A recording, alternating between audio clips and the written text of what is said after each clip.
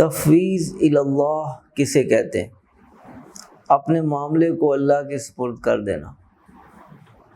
جب آپ تدبیر کرتے ہیں تو تدبیر میں ایک چیز تو یہ ہوتی ہے کہ اللہ کی ذات پر توکل، اللہ کی ذات پر بھروسہ اور اعتماد کہ انشاءاللہ اس تدبیر پر اللہ رب العزت مثبت نتیجہ برآمد فرمائیں گے اور مرتب فرمائیں گے۔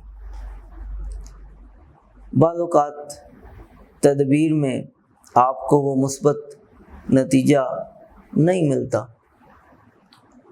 اور آپ اس میں بعض اوقات مشتاق ہوتے ہیں، منتظر ہوتے ہیں کہ یہ نتیجہ مجھے جلدی ملے، تو تدبیر آپ کرتے جا رہے ہوتے ہیں۔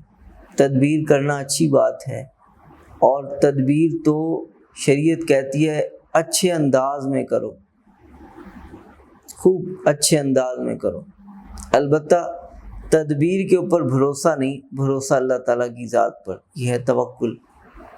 اب تدبیر کرتے کرتے جو جلد بازی آ رہی ہے اس کو ختم کرنے کے لیے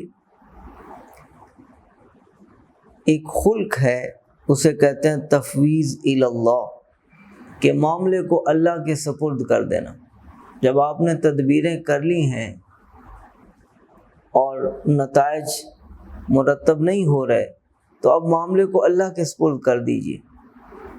اللہ تعالیٰ جو بھی اپنی جناب سے فیصلہ فرمائیں گے تو وہی فیصلہ ہوگا، اس کو قبول کرنا ہوگا۔ بہت ممکن ہے کہ اللہ رب العزت ان تدبیروں کے بعد غیب سے کوئی ایسا سبب مقرر، کوئی ایسا سبب پیدا فرما دیں جس کی وجہ سے